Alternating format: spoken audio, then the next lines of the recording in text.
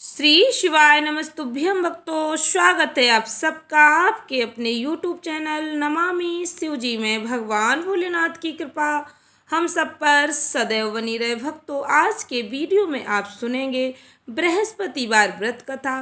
बृहस्पतिवार व्रत कथा सुनने मात्र से लक्ष्मी नारायण भगवान का आशीर्वाद प्राप्त होता है। जो भक्त सच्ची निष्ठा से भगवान बृहस्पति देव की व्रत कथा श्रवण करते हैं, उनके जीवन के सभी दुख दरिद्र दूर हो जाते हैं। भगवान लक्ष्मी नारायण की कृपा से उनके सभी मनोरथ पूर्ण होते हैं। भक्तों, आप व्रत रखें या न रखें, भगवान लक्ष्मी नारायण की पूजा आराधना करने के बाद व्रत कथा अवश्य श्रवण करें। यह व्रत कथा श्रवण करने मात्र से आपके जीवन में आ रही बाधाएं दूर होती हैं। भक्तों, वैशाख मास के पहले गुरुवार पर यह व्रत कथा अवश्य श्रवण करें। व्रत कथा श्रवण करने से पहले भगवान लक्ष्मी नारायण का पूर्ण श्रद्धा भक्ति के साथ जयकारा लगाएं। कमेंट बॉक्स में हर हर महादेव, जय श्री कृष्णा लिखकर भगवान का आशीर्वाद प्राप्त करें। चैनल पर पहली बार विजिट हुए, पहली बार मेरी आवाज़ सुन रहे तो चैनल को सब्सक्राइब करके बेल आइकन अवश्य दबाएं। इससे हमारे वीडियो की नोटिफिकेशन आप तक पहुंचती रहे और आपको नई नई जानकारी समय से मिलती रहे। भक्तों, बृहस्पतिवार व्रत कथा इस प्रकार है, ध्यान से सुने। प्राचीन समय की बात है। एक बड़ा प्रतापी तथा दानी राजा राज करता था। वह प्रत्येक गुरुवार को व्रत रखता, पूजा करता। यह उसकी रानी को अच्छा नहीं लगता। वह नित्य गरीबों ब्राह्मणों को दान करता। उसकी रानी ना व्रत करती, ना ही किसी को दान देती। राजा को भी ऐसा करने से मना किया करती। एक समय की बात है, राजा शिकार खेलने वन को गए हुए थे। घर पर रानी और दासी थी। उस समय गुरु बृहस्पति देव साधु का रूप धारण कर राजा के यहाँ भिक्षा मांगने आए। साधु ने रानी से भिक्षा मांगी तो वह कहने लगी, हे साधु महाराज, मैं इस दान और पुण्य से तंग आ गई हूँ। आप कोई ऐसा उपाय बताएं जिससे सारा धन नष्ट हो जाए और मैं आराम से रह सकूं। न रहेगा बांस, न बजेगी बांसुरी। साधु रूपी बृहस्पति देव ने कहा, हे देवी, तुम तो बड़ी विचित्र हो। संतान और धन से कोई दुखी होता है। संतान और धन तो पापी के घर भी होने चाहिए। अगर तुम्हारे पास अधिक धन है तो इसे शुभ कार्यों में खर्च करो, जिससे तुम्हारे दोनों लोग सुधरें। परंतु साधु की इन बातों से रानी पर कोई प्रभाव नहीं पड़ा। उसने कहा, मुझे ऐसे धन की आवश्यकता नहीं जिसे मैं दान करूं, जिसको संभालने में ही सारा समय नष्ट हो जाए। साधु ने कहा, यदि तुम्हारी ऐसी इच्छा है तो जैसा मैं तुम्हें बताता हूँ तुम वैसा ही करना। बृहस्पतिवार के दिन घर को गोबर से लीपना, अपने केसों को पीली मिट्टी से धोना, केसों को धोते समय स्नान करना, राजा से हजामत बनाने को कहना, भोजन में तामसिक भोजन करना, कपड़ा धोबी के यहाँ धुलने डालना। इस प्रकार 7 बृहस्पतिवार करने से तुम्हारा समस्त धन नष्ट हो जाएगा। इतना कहकर साधु बने बृहस्पति देव वहाँ से अंतर ध्यान हो गए। साधु के कहे अनुसार करते हुए रानी को केवल 3 बृहस्पतिवार ही बीते थी कि उसकी समस्त धन संपत्ति नष्ट हो गई। भोजन के लिए परिवार तरसने लगा। एक दिन राजा रानी से बोला, हे रानी, तुम यहीं रहो, मैं दूसरे देश को जाता हूँ, क्योंकि यहाँ पर सभी लोग मुझे जानते हैं, इसलिए मैं कोई छोटा कार्य नहीं कर सकता। ऐसा कहकर राजा परदेश चला गया। वहाँ वह जंगल से लकड़ी काट कर लाता और शहर में बेचता। इस तरह वह अपना जीवन व्यतीत करने लगा। इधर राजा के बिना रानी और दासी दुखी रहने लगी। एक समय जब रानी और दासी को 7 दिन तक बिना भोजन के रहना पड़ा तो रानी ने अपनी दासी से कहा, हे दासी, पास ही के नगर में मेरी बहन रहती है, वह बड़ी धनवान है, तू उसके पास जा और कुछ ले आ ताकि थोड़ी बहुत गुजर बसर हो जाए। दासी रानी की बहन के पास गई। उस दिन बृहस्पतिवार था। रानी की बहन उस समय बृहस्पतिवार की कथा सुन रही थी। दासी ने रानी की बहन को अपनी रानी का संदेश दिया, लेकिन रानी की बहन ने कोई उत्तर नहीं दिया। जब दासी को रानी की बहन से कोई उत्तर नहीं मिला तो वह बहुत दुखी हुई। उसे क्रोध भी आया। दासी ने वापस आकर रानी को सारी बात बता दी। सुनकर रानी ने अपने भाग्य को कोसा। उधर रानी की बहन ने सोचा कि मेरी बहन की दासी आई थी परंतु मैं उससे नहीं बोली, इससे वह बहुत दुखी हुई होगी। कथा सुनकर और पूजन समाप्त कर वह अपनी बहन के घर गई। और कहने लगी, हे बहन, मैं बृहस्पतिवार का व्रत कर रही थी, तुम्हारी दासी गई, परंतु जब तक कथा होती है तब तक ना उठते हैं और ना बोलते हैं, इसलिए मैं नहीं बोली। कहो दासी क्यों गई थी? रानी बोली, बहन, हमारे घर अनाज नहीं था। ऐसा कहते कहते रानी की आंखें भर आई। उसने दासी समेत भूखे रहने की बात अपनी बहन को बता दी। रानी की बहन बोली, बहन देखो, बृहस्पति देव भगवान सबकी मनोकामना पूर्ण करते हैं। देखो, शायद तुम्हारे घर में अनाज रखा हो। यह सुनकर दासी घर के अंदर गई तो वहां उसे एक घड़ा अनाज का भरा मिल गया। उसे बड़ी हैरानी हुई, क्योंकि उसे एक एक बर्तन देख लिया था। उसने बाहर आकर रानी को बताया। दासी रानी से कहने लगी, हे रानी, जब हमको भोजन नहीं मिलता तो हम व्रत ही तो करते हैं, इसलिए क्यों ना इनसे व्रत और कथा की विधि पूछ ली जाए, हम भी व्रत किया करेंगे। दासी के कहने पर रानी ने अपनी बहन से पूछा बृहस्पतिवार व्रत के बारे में। उसकी बहन ने बताया, बृहस्पतिवार के व्रत में चने की दाल और मुनक्का से विष्णु भगवान का केले की जड़ में पूजन करें, दीपक जलाएं, पीले भोजन करें, कथा अवश्य श्रवण करें। इससे गुरु भगवान प्रसन्न होते हैं, मनोकामना पूर्ण करते हैं। व्रत और पूजन की विधि बताकर रानी की बहन अपने घर लौट आई। रानी और दासी दोनों ने निश्चय किया कि बृहस्पति देव भगवान का पूजन अवश्य करेंगे। 7 रोज बाद जब बृहस्पतिवार आया तो उन्होंने व्रत रखा। गुड़साल में जाकर चना और गुड़ बीन लाई, उसकी दाल से केले की जड़ विष्णु भगवान का पूजन किया। अब पीला भोजन कहाँ से आए? दोनों बड़ी दुखी हुई, परंतु उन्होंने व्रत किया था, इसलिए बृहस्पति देव भगवान प्रसन्न थे। एक साधारण व्यक्ति के रूप में वे 2 थालों में सुंदर पीला भोजन लेकर आए। दासी को देकर बोले, हे दासी, यह भोजन तुम्हारे लिए और तुम्हारी रानी के लिए, इसे तुम दोनों ग्रहण करना। दासी भोजन पाकर बहुत प्रसन्न हुई। उसने रानी को सारी बात बताई। उसके बाद से वे प्रत्येक बृहस्पतिवार को गुरु भगवान का व्रत और पूजन करने लगी। बृहस्पति भगवान की कृपा से उनके पास धन हो गया, परंतु रानी फिर पहले की तरह आलस करने लगी। तब दासी बोली, देखो रानी, तुम पहले भी इस प्रकार आलस करती थी, तुम्हें धन रखने में कष्ट होता था, इस कारण सभी धन नष्ट हो गया। अब गुरु भगवान की कृपा से धन मिला है तो फिर तुम्हें आलस होता है।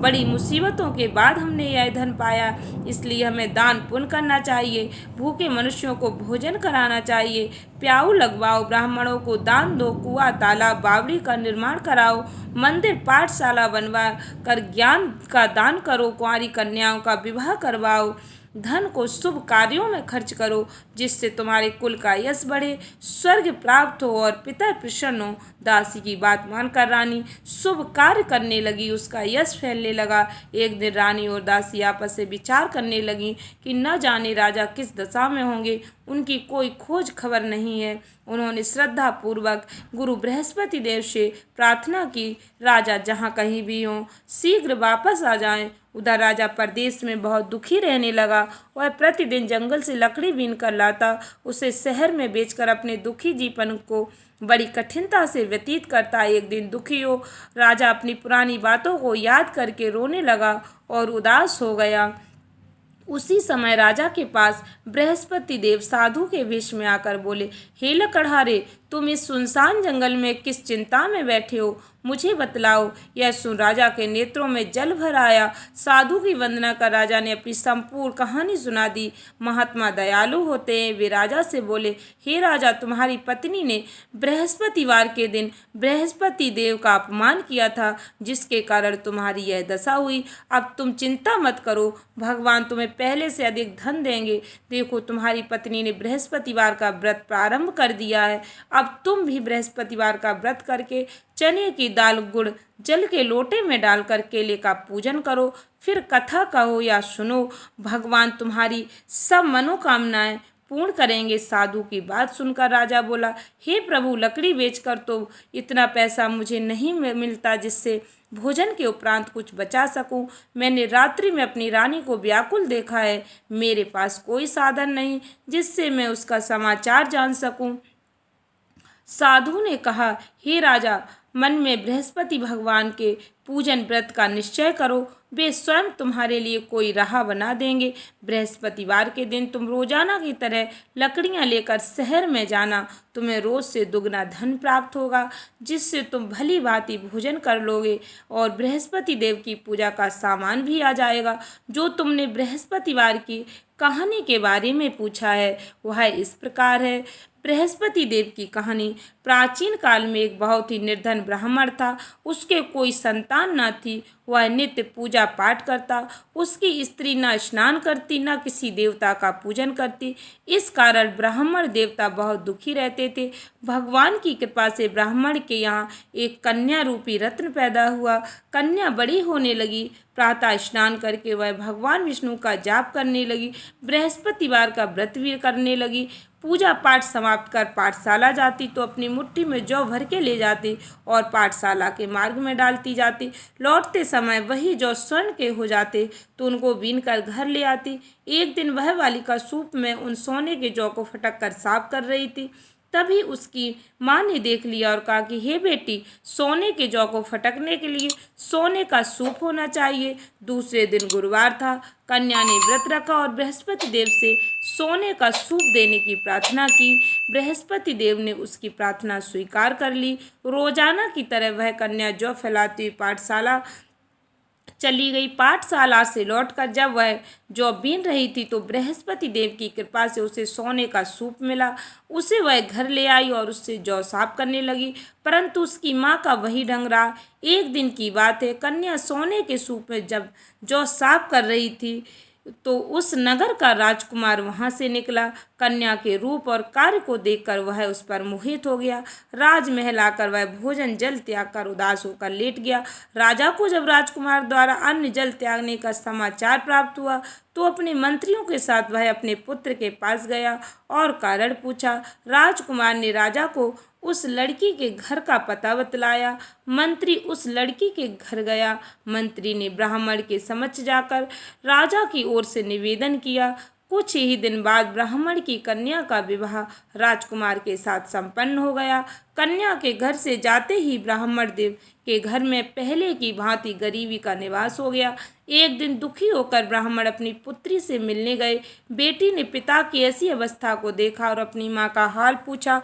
ब्राह्मण ने सभी हाल कह सुनाया। कन्या ने बहुत सा धन देकर अपने पिता को विदा कर दिया, लेकिन कुछ दिन बाद फिर वही हाल हो गया। ब्राह्मण फिर अपनी कन्या के यहाँ गया और सभी हाल कहा तो पुत्री बोली, हे पिताजी, आप माताजी को यहाँ लिवा लाओ, मैं उन्हें वह विधि बता दूंगी जिससे गरीबी दूर हो जाए। ब्राह्मण देवता अपनी स्त्री को साथ लेकर अपनी पुत्री के पास राजमहल पहुँचे तो पुत्री अपनी माँ को समझाने लगी, हे माँ, तुम प्रातःकाल स्नान आदि करके विष्णु भगवान का पूजन करो तो सब दरिद्रता दूर हो जाएगी। परंतु उसकी माँ ने उसकी एक भी बात नहीं मानी।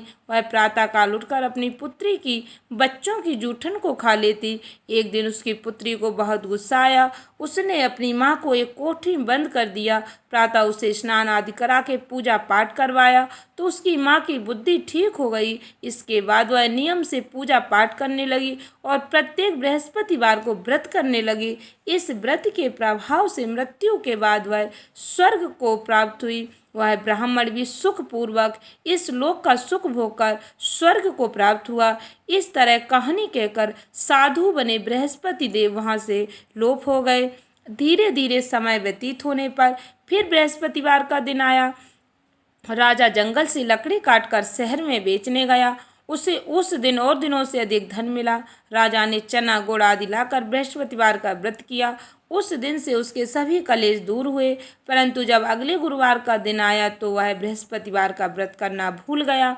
इस कारण बृहस्पति देव नाराज हो गए। उस दिन उस नगर के राजा ने विशाल यज्ञ का आयोजन किया था तथा अपने समस्त राज्य में घोषणा करवा दी कि सभी मेरे यहाँ भोजन करने आए, किसी के घर चूल्हा न जले। इस आज्ञा को जो न मानेगा उसको फांसी की सजा दी जाएगी।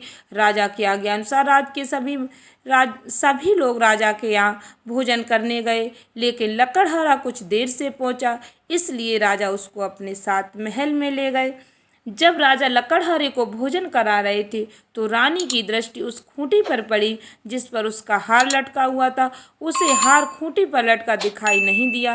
रानी को विश्वास हो गया कि निश्चय ही मेरा हार इस लकड़हारे ने चुरा लिया है। उसी समय सैनिक बुलवाकर उसको जेल में डलवा दिया। लकड़हारा जेल में विचार करने लगा कि ना जाने कौन से पूर्व जन्म के कर्म से मुझे यह दुख प्राप्त हुआ है, और जंगल में मिले साधु को याद करने लगा। तत्काल बृहस्पति देव साधु रूप में प्रकट हो गए और कहने लगे, अरे मूर्ख, तूने बृहस्पति देवता की कथा नहीं की, उसी कारण तुझे यह दुख प्राप्त हुआ है। अब चिंता मत कर, बृहस्पतिवार के दिन जेल खाने के दरवाजे पर तुझे 4 पैसे पड़े मिलेंगे। उनसे तू बृहस्पतिवार की पूजा करना तो तेरे सभी कष्ट दूर हो जाएंगे। अगले बृहस्पतिवार को से जेल के द्वार पर 4 पैसे मिले।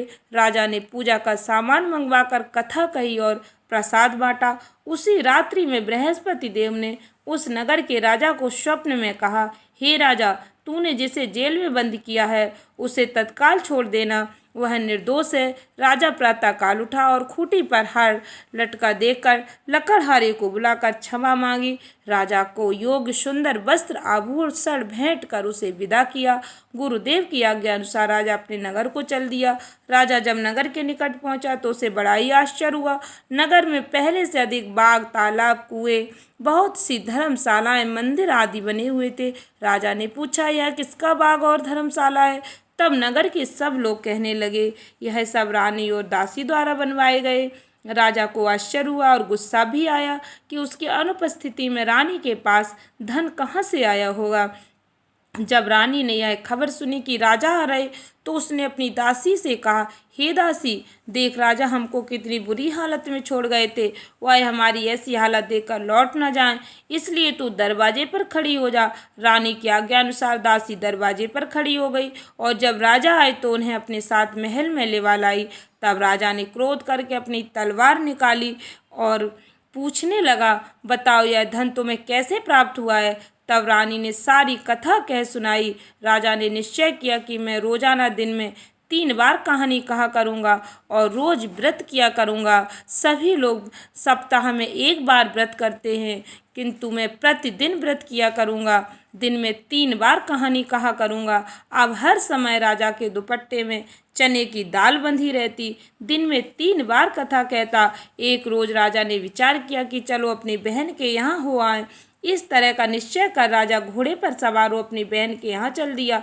मार्ग में उसने देखा कि कुछ आदमी एक मुर्दे को लिए जा रहे हैं। उन्हें रोककर राजा कहने लगा, अरे भाइयों, मेरी बृहस्पतिवार की कथा सुन लो। वे बोले, लो, हमारा तो आदमी मर गया, इसको अपनी कथा की पड़ी। परंतु कुछ आदमी बोले, अच्छा कहो, हम तुम्हारी कथा भी सुनेंगे। राजा ने दाल निकाली और कथा कहनी शुरू कर दी। जब कथा आदि हुई तो मुर्दा हिलने लगा और जब कथा समाप्त हुई तो राम राम करके वह मुर्दा खड़ा हो गया।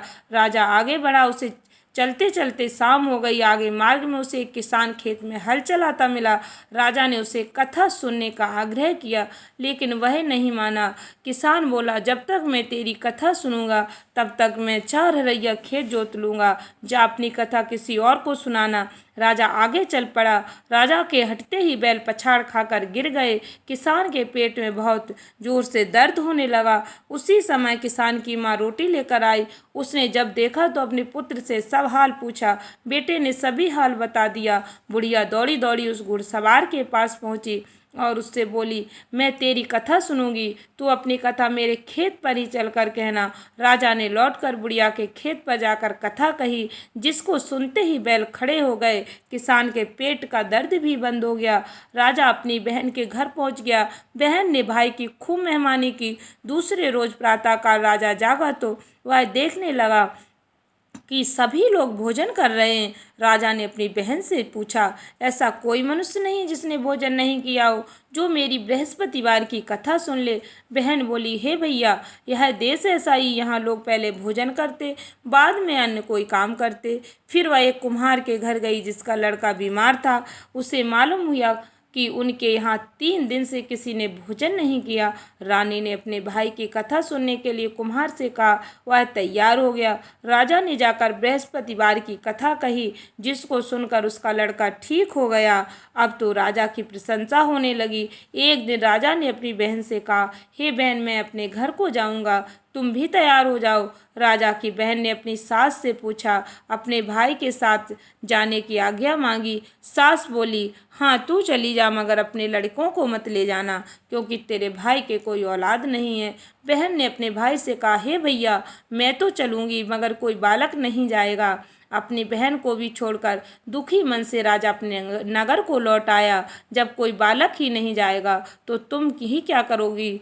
राजा दुखी होकर अपने नगर को लौट आया। राजा ने अपनी रानी से सारी कथा बताई और बिना भोजन किए वह लेट गया। रानी बोली, हे प्रभु, बृहस्पति देव ने हमें सब कुछ दिया है, वह हमें संतान अवश्य देंगे। उसी रात बृहस्पति देव ने राजा को स्वप्न में कहा, हे राजा, उठ, सभी सोच त्याग दे, तेरी रानी गर्भवती है। राजा को यह जानकर बड़ी खुशी हुई। 9वें महीने में रानी के गर्भ से एक सुंदर पुत्र पैदा हुआ। तब राजा बोला, हे रानी, स्त्री बिना भोजन के रह सकती है, परंतु बिना कहे नहीं रह सकती। जब मेरी बहन आए तो तुम मुझसे कुछ मत कहना। रानी ने हाँ कर दी। जब राजा की बहन ने यह शुभ समाचार सुना तो वह बहुत खुश हुई और बधाई लेकर अपने भाई के यहाँ आई। रानी ने तब उसे आने का उल्हाना दिया। जब भाई अपने साथ ला रहे थे तब तो नहीं आई, उनके साथ ना आई, आज अपने आप ही भागी भागी बिना बुलाए आ गई।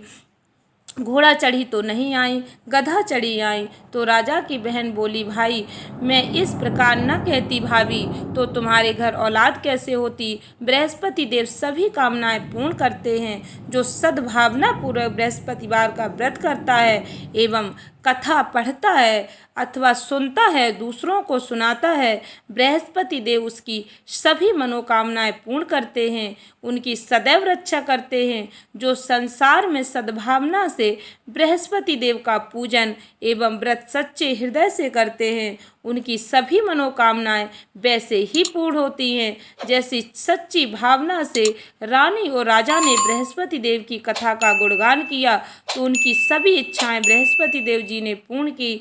अनजाने में भी बृहस्पति देव की कभी उपेक्षा न करें, ऐसा करने से सुख शांति नष्ट हो जाती है। इसलिए सबको कथा सुनने के बाद प्रसाद लेकर ही जाना चाहिए। हृदय से बृहस्पति देव का मनन करते हुए जयकारा बोलना चाहिए। बोलो बृहस्पति देव विष्णु भगवान की जय। इति श्री बृहस्पतिवार व्रत कथा।